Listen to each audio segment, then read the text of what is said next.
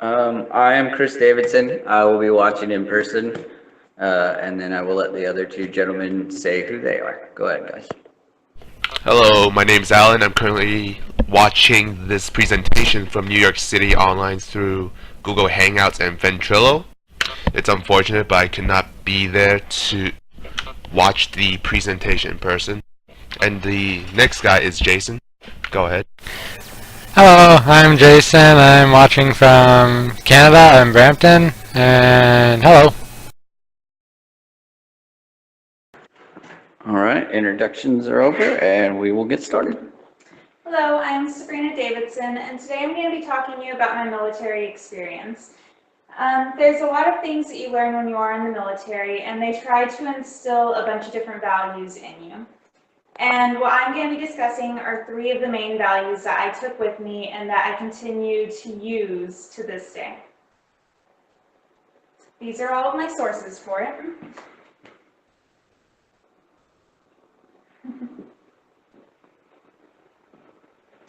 Okay, so what exactly did I learn from this experience? I learned self-discipline, experiencing and conquering fear, and courage. So everybody knows the meaning of having self-discipline, courage, and the ability to face your fears. Unfortunately, there's not a lot of people that actually use these in the day-to-day life. You don't really see brave people very often. You don't really get a chance to face your absolute fear in your day-to-day life. It's just not the way it is normally. We live in a fairly safe society nowadays. But when you're in the military, they had a saying, and it's called, if you're a soldier 24/7, that means you are never off the clock, and they expect you to live up to these certain core values 24 hours a day, 365 days a year. So let's talk about self-discipline. Ever since you're a kid, we try to raise our children to be very unique, and we raise them to think individually and to help cultivate an individuality in these kids. And we do this because we want to help boost their self-confidence, their self-esteem. Just cultivating uniqueness is something that's very important, and it's something that we strive to do in a day-to-day basis. But does it come at a loss of self-discipline? And I came to that conclusion because when you're in the military, as soon as you step off the bus into boot camp, their main goal is to strip you of any individuality and any uniqueness that you do have. They want you all to conform and be together. And they do this because they want to instill a very deep sense of self-discipline in you. So what exactly is discipline? There was a soldier in the Napoleonic era. His name was Duke Wellington. And he said something that I think really goes along well with this. And the quote is, "The fact is that discipline means obedience to orders, as well as military instruction. We have very little of it in the Army." And I think that goes very well with this because having self-discipline isn't just about following orders. It affects your attitude, it affects your traits, it affects your behaviors, it affects pretty much everything about you. And it doesn't just go away. Your sense of self-discipline does not just magically disappear when you do leave the military. It follows you throughout the rest of your life. And because it follows you throughout the rest of your life, at first when I first got out of the military and I became a civilian, I was shocked by how much self-discipline I had in comparison to my civilian coworkers and people that were around me. If something happened at a job, I was never afraid to just blurt out and ask my boss exactly what they expected of me or what they needed of me. But my coworkers were too afraid to do it, or they would lack in a self-disciplined sense of way. And I feel that that's a very big default, but it can also be a very good thing as long as you cultivate this self-discipline, because it can help you come a long way in life. So the next thing we're going to go over is courage. Oh, never mind. We're going to go over fear. There was a quote by Eleanor Roosevelt, and the quote is, "You gain strength, courage, and confidence by every experience in which you really stop to look fear in the face and you must do the thing that you cannot do. So let's talk about fear. There are two different types of fear that you experience in your day-to-day life. There's manufactured fear, which is the fear of what if. It's what could happen. Like a plane could fall out of the sky and crush me right now. Are the chances of that happening going to happen? Probably not. Or there could be a spider that's sitting near me and it could be poisonous and then I could die. I mean, that's a what if fear. It's not, it's manufactured. We do it to ourselves. And the second type of fear is called true fear. And it's the natural instinct of fight or flight. And this is something that everybody experiences in their day-to-day life. Well, not in their day-to-day life. This is something that comes naturally to people. And there's a good example of it. The author of one of my sources, he said, to explain it, true fear is like when you move into a house for the first time. When you move into a house for the first time, there's a lot of noises there, so you have a lot of trouble sleeping for the first 3 or 4 days. And he said that you have trouble sleeping for these 3 or 4 days because your body is working to intake all of the new sounds and noises that are associated with this new house. And it's like that because it's a natural instinct that we have. Our body is recording these noises so that we know, okay, this is natural. That way, later on down the line, if you hear something that's not natural or abnormal for your house or your area, then your body will wake you up. And when it wakes you up, it puts you into a state of fight or flight. So that's when you come to the decision, should I run away or should I stay here and deal with the problem that is? And in the military, they teach you a lot of things about how to deal with fear. And a lot of it comes from training, using a lot of actual realistic type of training for you to go through. That way, people fear the unknown. So the more comfortable that we become with what could happen to us, then the more likely we are to be able to step over that obstacle of fear. Because fear is a gigantic obstacle on everybody's faces. And it can cause a lot of people to just stop going forward. But the ability to conquer it comes through training. And you have to have the ability to move forward.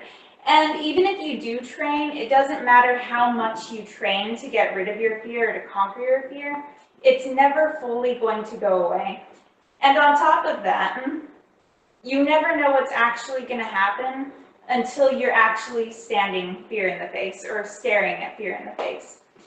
And there was one time where my very first experience with true fear, I had been deployed to Afghanistan, and the very first night that we were there, we were living in tents, and I remember I was sleeping, and I heard a huge noise, and the ground just shook all around me. And I woke up, and then I could hear the gunfire in the background, I could hear the screaming and the yells, and that's when I felt it. I felt true fear for the first time in my life. I felt there are people seriously trying to kill me right now. And the fact that I was able to overcome that, and I was able to keep pushing forward, has helped me in my day-to-day life, moving out of the military. And it's helped me because now I can conquer lesser fears than that. Because now I have faced fear. I have faced fear. I've stared fear in the face and I've conquered it. But it doesn't mean it's going to go away completely. It's something that you work on. And people nowadays, a lot of people don't do that. But if they do, it could really help enrich their lifestyle. Okay, the next thing we're going to go over is courage. There's a quote by C.S. Lewis, and he said, "Courage is not simply one of the virtues, but the form of every virtue at its testing point." Simply put, courage cannot exist without fear. Your understanding of courage comes from your perceptions of right and wrong and your concept of fear. You don't see courageous people very often.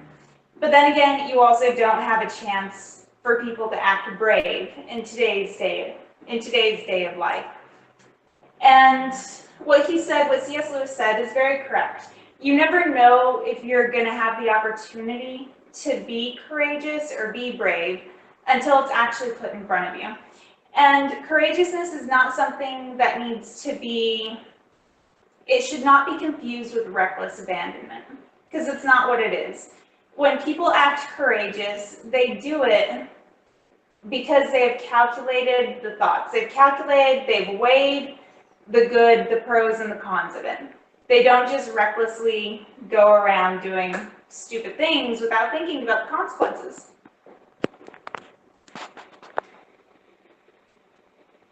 Courageous acts are not commonplace amongst people. But courage can be found in the most extreme and most minor of incidents. Like, for example, courage can be found in you see somebody who's being bullied at your local store. Just standing up for what you believe to be right or wrong is a courageous thing in and of itself.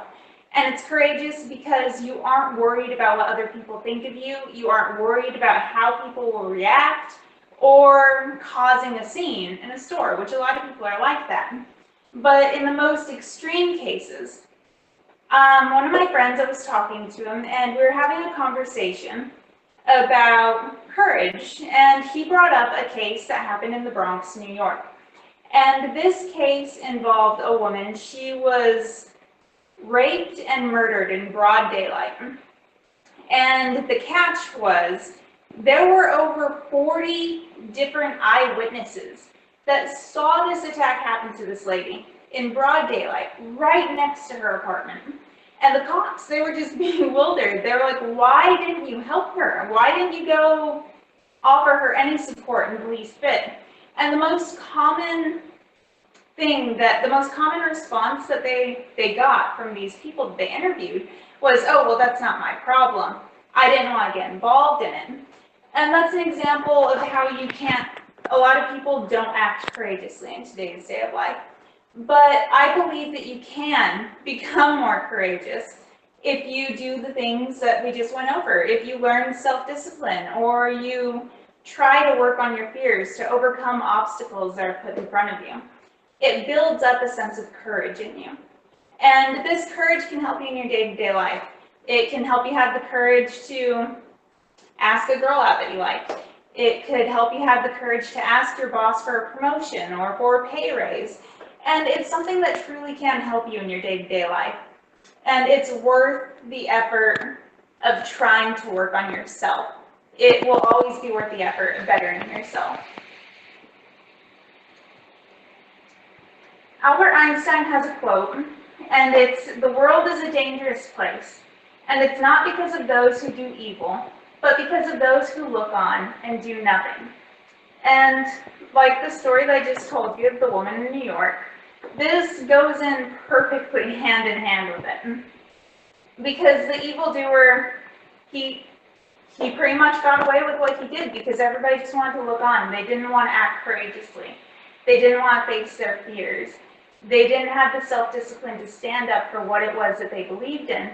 And I'm happy that I went through the military experience because I don't believe I would have had another chance to actually cultivate these values, these core values, at least not cultivate them as deeply as they are in me right now.